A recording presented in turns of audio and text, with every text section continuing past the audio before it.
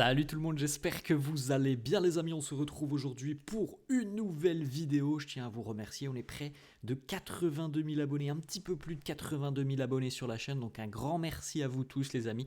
Ça fait toujours autant plaisir d'avoir ce soutien quotidiennement sous les vidéos, donc un grand merci à vous tous les amis. Et n'hésitez pas à vous abonner à la chaîne, n'hésitez pas à lâcher un petit pouce bleu.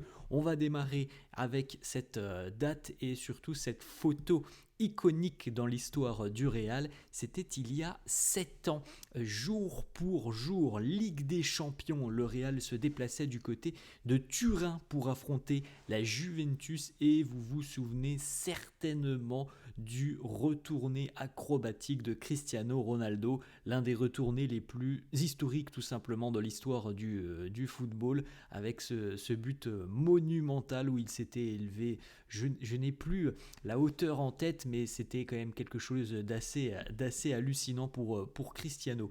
On se souvient les amis de cette victoire du Real 3-0 sur la pelouse du Juventus Stadium à Turin, avec un Zizou qui avait été lui aussi choqué par la réalisation de Cristiano Ronaldo et un doublé de Ronaldo ainsi qu'un but de Marcelo qui avait permis donc au Real de s'imposer 3-0 du côté de la Juve. On peut jeter un petit coup d'œil les amis, le programme, le calendrier qui attend le Real sur ce mois d'avril. On l'a évoqué et on s'est qualifié pour la finale de la Coupe du Roi face à la Real Sociedad. Ce week-end, match face à Valence à la maison en Liga. Le 8, donc dans moins d'une semaine maintenant, retour de la Ligue des Champions, déplacement du côté de l'Emirates Stadium pour affronter les Gunners d'Arsenal. Le 13, déplacement du côté d'Alaves en Liga. Le 16, la réception d'Arsenal en Ligue des Champions. Le 20, la réception de l'Athletic Bilbao en Liga. Le 23, ça sera un match en milieu de semaine, le 23, ça sera un déplacement dans la banlieue de Madrid pour un derby face à Retafe. Et on peut rajouter les amis une nouvelle date puisque c'est désormais acté. Le 26 avril, le Real retrouvera le Barça en finale de la Coupe d'Espagne. Les unes des quotidiens madrilènes, le quotidien AS qui titre una finale clásica. Le Barça s'est qualifié hier pour la finale de la Coupe du Roi en éliminant l'Atlético de Madrid. Donc le Barça retrouvera le Real en finale de cette Coupe d'Espagne. Rudiger est l'invincible. Rudiger qui a souvent était déterminant dans des moments clés. On se souvient de la séance des tirs au but face à Manchester City, la séance des tirs au but face à l'Atlético il y a quelques semaines, et maintenant on peut rajouter aussi ce fameux but de la tête inscrit face à la Real Sociedad, quasiment en toute fin de prolongation. La une de Marca les amis, Copazzo en Sevilla, puisque la finale de la Coupe du Roi se jouera du côté de Séville, du côté du Stade Olympique de Séville, donc les Stadio de la Cartuja, qui va accueillir cette édition de la finale de la Coupe du Roi, et ce super classico en finale de la Coupe du Roi. Ça va être magnifique les amis, fin du mois d'avril, le 26 avril c'est la date qu'il faut retenir. Supercopa de España, oui c'est une grande finale. Ça faisait presque un peu plus de 10 ans il me semble que l'on n'avait pas eu un classico en finale de Coupe du Roi. Et bien cette fois-ci c'est acté, classico donc du côté de l'Estadio de la Cartuja à Séville, donc le 26 avril les amis. Ça sera d'ailleurs 15 jours avant le match de Liga entre le Barça et le Real. Peut-être que ce match de Liga sera décisif dans la course au titre. Et bien 15 jours auparavant, on aura déjà une petite répétition très sympa avec cette finale de Coupe du Roi. On l'a dit tout à l'heure les amis, 3 jours auparavant, il y aura ce match face à Retafe. À noter qu'il y a une journée de Liga, donc il y aura aussi un match pour le Barça, 3 jours avant cette finale. Et potentiellement, la finale peut être intercalée aussi juste avant la Ligue des Champions, si évidemment le Real élimine les Gunners. On jette un petit coup d'œil les amis au passif, à l'historique des rencontres entre le Real et le Barça en finale de Coupe du Roi. Ça sera la 8e fois que les deux équipes se retrouveront en finale de Coupe du Roi. Et oui, donc la dernière fois, c'était il y a plus de 10 ans, 2014, la dernière finale entre les deux équipes. Et le Real s'était imposé 2 buts à 1. Alors, sur l'historique, les amis, il y a 4 victoires pour le Real, 3 pour le Barça. Et donc là, ça sera la 8e finale entre les deux équipes. On l'a dit les amis, il y aura cette rencontre face à Retafe 3 jours avant la Copa del Rey. Comme on l'évoque déjà depuis quelques semaines, tous les matchs sont cruciaux pour le Real. Donc on peut penser évidemment que, alors déjà qu'on connaît Retafe, c'est une équipe qui n'est pas forcément très simple à jouer, loin de là. On espérera que Retafe sera déjà maintenu en fin du mois et donc il y aura peut-être un peu moins d'envie du côté de Retafe, parce que s'ils jouent leur survie, ça va être un match qui va être d'une complexité, on le sait déjà, donc on va espérer que Retafe sera maintenu à cette époque-là, enfin, en fin du mois. Et puis pour le Real, on se doute évidemment que le match sera crucial dans la course au titre, donc il y aura certainement pas la possibilité pour Carlo de reposer des joueurs quelques jours avant cette finale. Ça, on peut déjà en être quasiment sûr.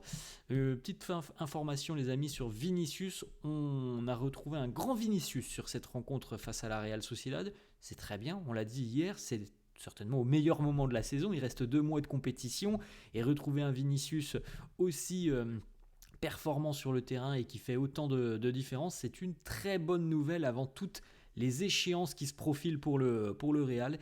Il est pour le moment cette saison devenu le 23e joueur dans l'histoire du Real à atteindre la barre des 100 réalisations avec le club. Il est aussi devenu, donc depuis ce match face à la Real Sociedad, le joueur du Real avec le plus de passes décisives dans l'histoire de la Coupe du Roi, le tout à 24 ans.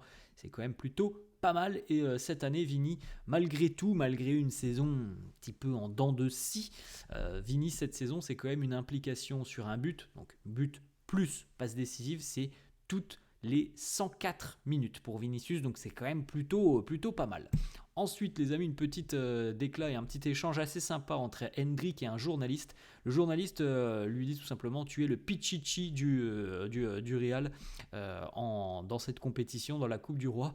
Hendrik qui nous dit: qu'est-ce que ça veut dire Pichichi? Le journaliste lui répond: tu es le meilleur buteur. Hendrik lui dit: ah oui, c'est cool, c'est très très bien. Moi, je veux juste aider l'équipe à gagner. On verra d'ailleurs, les amis, ce qui est toujours très intéressant sur ces matchs de coupe aussi, c'est de voir qu'il y a beaucoup de turnover, ça on le sait, mais que parfois, lorsque la finale se profile, parfois l'entraîneur il décide tout simplement de remettre entre guillemets l'équipe A, et au final ceux qui ont rendu de bons et loyaux services au Real sur l'ensemble du parcours, et au final ils jouent pas la cerise sur le gâteau, à savoir la finale. Donc on verra les amis si Hendrik sera utilisé en finale face au Barça.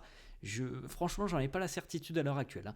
Et il en est de même pour Andriy Lunin. Alors déjà, premièrement, on va attendre que Thibaut Courtois revienne, mais je n'ai pas la certitude aussi que Lunin sera titularisé face au Barça en fin du mois. Ensuite, les amis, les stats pour Jude Bellingham, on en avait parlé hier. Un Jude qui est impliqué sur 60 buts cette saison, depuis son arrivée du côté du Real. Il est impliqué donc sur 36 buts et 24 passes décisives, ce qui est quand même un bilan exceptionnel. Exceptionnel, les amis, en à peine 2 ans, un peu moins de 2 ans du côté du Real. Je trouve que le bilan est absolument dingue pour Jude Bellingham. On rappelle aussi, les amis, ça fait écho à ce dont on a parlé hier, les problèmes de fébrilité défensive du Real, d'équilibre. Le Real a démarré la rencontre face à la Real Sociedad avec la défense à 4 composée de Lucas Vázquez, Asensio, Alaba et Camavinga. Et le Real a terminé cette rencontre avec Valverde, Tchouaméni, Rudiger et Fran Garcia. Donc on a eu 2 défenses différentes au cours du même match. Alors évidemment, tout ça, les amis, n'aide pas les merengues, n'aide pas à aller chercher de bonnes performances défensives, parce qu'il y a une instabilité chronique pour diverses raisons, on le sait, les blessures, le turnover, il y a beaucoup de raisons qui peuvent expliquer tout ça, mais évidemment que c'est un grand facteur, les amis, de l'instabilité et aussi du manque d'automatisme que l'on peut retrouver sur certains mouvements défensifs. une petite information alors qui nous vient du Chiringuito. Alors évidemment encore une fois c'est une information un peu surprenante. Du côté du vestiaire du Real, le message pour affronter le Barça en finale de Coupe du Roi, c'est si nous sommes compétitifs sur les 60 premières minutes de la rencontre, nous allons remporter cette finale. Bon, moi personnellement, je pense qu'il va falloir faire un match plein. 90, voire même peut-être plus. Il va falloir trouver cet équilibre défensif parce que je pense que le Barça qui nous en a passé 9 cette saison il me semble en 2 matchs est sur une forme étincelante, donc si on n'a pas plus d'équilibre que ce que l'on a vu sur les dernières semaines, je pense que ça va être encore une fois très compliqué. Maintenant le Real a aussi cette faculté de savoir en général quand même très bien gérer des matchs comme ça, des finales, mais je pense qu'il faut quand même trouver quelques petits progrès, quelques petits axes de progression d'ici à 3 semaines et la finale, parce qu'on va pas se mentir, à l'heure actuelle les amis, au vu de la dynamique des deux équipes, le Barça est favori. Hein. On va pas se mentir, le Barça est bel et bien favori pour le moment de cette finale. Je pense que d'ailleurs ça ne changera pas jusqu'à la finale, mais en tout cas du côté du Real, je pense qu'on a commis beaucoup d'erreurs sur les 2 matchs face au Barça cette saison, donc on ne peut absolument pas montrer le même visage. Évidemment, il y a le volet physique, mais le plus important, et Carlo le martèle à chaque fois, c'est trouver cet équilibre dans l'équipe et trouver aussi cette osmose dans la ligne défensive. Une victoire face au Barça, quand on voit le visage affiché par le Barça cette saison, une victoire face au Barça, ça passera évidemment par l'équilibre, l'ossature défensive. Après, offensivement, les amis, je pense qu'on ne se fait pas trop de soucis là-dessus. On sait qu'on a du talent du côté du Real. Ce qui pose plutôt problème, je le répète encore jour après jour, c'est cet équilibre, c'est cette osmose défensive. On poursuit avec une information de Marca qui nous annonce que tout indique que Lucas Vázquez puisse quitter le Real Madrid en fin de saison. Alors il est vrai que les performances de Lucas Vázquez depuis quelques semaines sont vraiment mauvaises, hein, il n'y a pas d'autre mot. Maintenant c'est un joueur, voilà, c'est un gamin du club, Lucas Vázquez, hein, c'est un pur produit du Real, donc je ne suis pas sûr que ça soit aussi simple que cela. De toute façon, une décision sera prise en fin de saison. Et puis une autre information un petit peu mercato, le club italien de Côme qui ferait pression à l'heure actuelle pour tenter de conserver Nico Paz au moins une saison supplémentaire. Tout est entre les mains du Real qui ne veut pas perdre le contrôle du joueur. Maintenant, le Real doit trancher par rapport à la stratégie qui sera utilisée pour Nico Paz. Voilà, on peut potentiellement avoir de nouveau un prêt. Peut-être un retour du côté du Real, ça on ne peut pas l'écarter non plus, c'est une option. Mais moi j'ai quand même beaucoup de mal à imaginer que il aura un rôle plus important l'année prochaine du côté de Madrid, ça me surprendrait énormément, donc peut-être que oui, le faire continuer du côté de Côme est la bonne solution. On a une petite information du côté des Gunners d'Arsenal, l'adversaire du Real dans moins d'une semaine en Ligue des Champions. Bukayo Saka était donc bel et bien de retour. D'ailleurs, il a mis 7 minutes, Saka, pour marquer après son retour, après une longue blessure. En revanche, Gabriel, le défenseur brésilien, lui est sorti sur blessure au bout d'un quart d'heure de jeu. On n'a pas trop plus d'informations pour le moment, donc une bonne nouvelle pour les Gunners. Une moins bonne. Voilà, on verra si Gabriel sera de retour dans une semaine. Voilà les amis, la fin de cette vidéo, j'espère que ça vous a plu. N'hésitez pas comme d'hab à lâcher un petit pouce bleu. Merci à tous ceux qui le feront, n'hésitez pas à vous abonner à la chaîne, je vous souhaite une bonne journée et je vous dis à la prochaine. Ciao.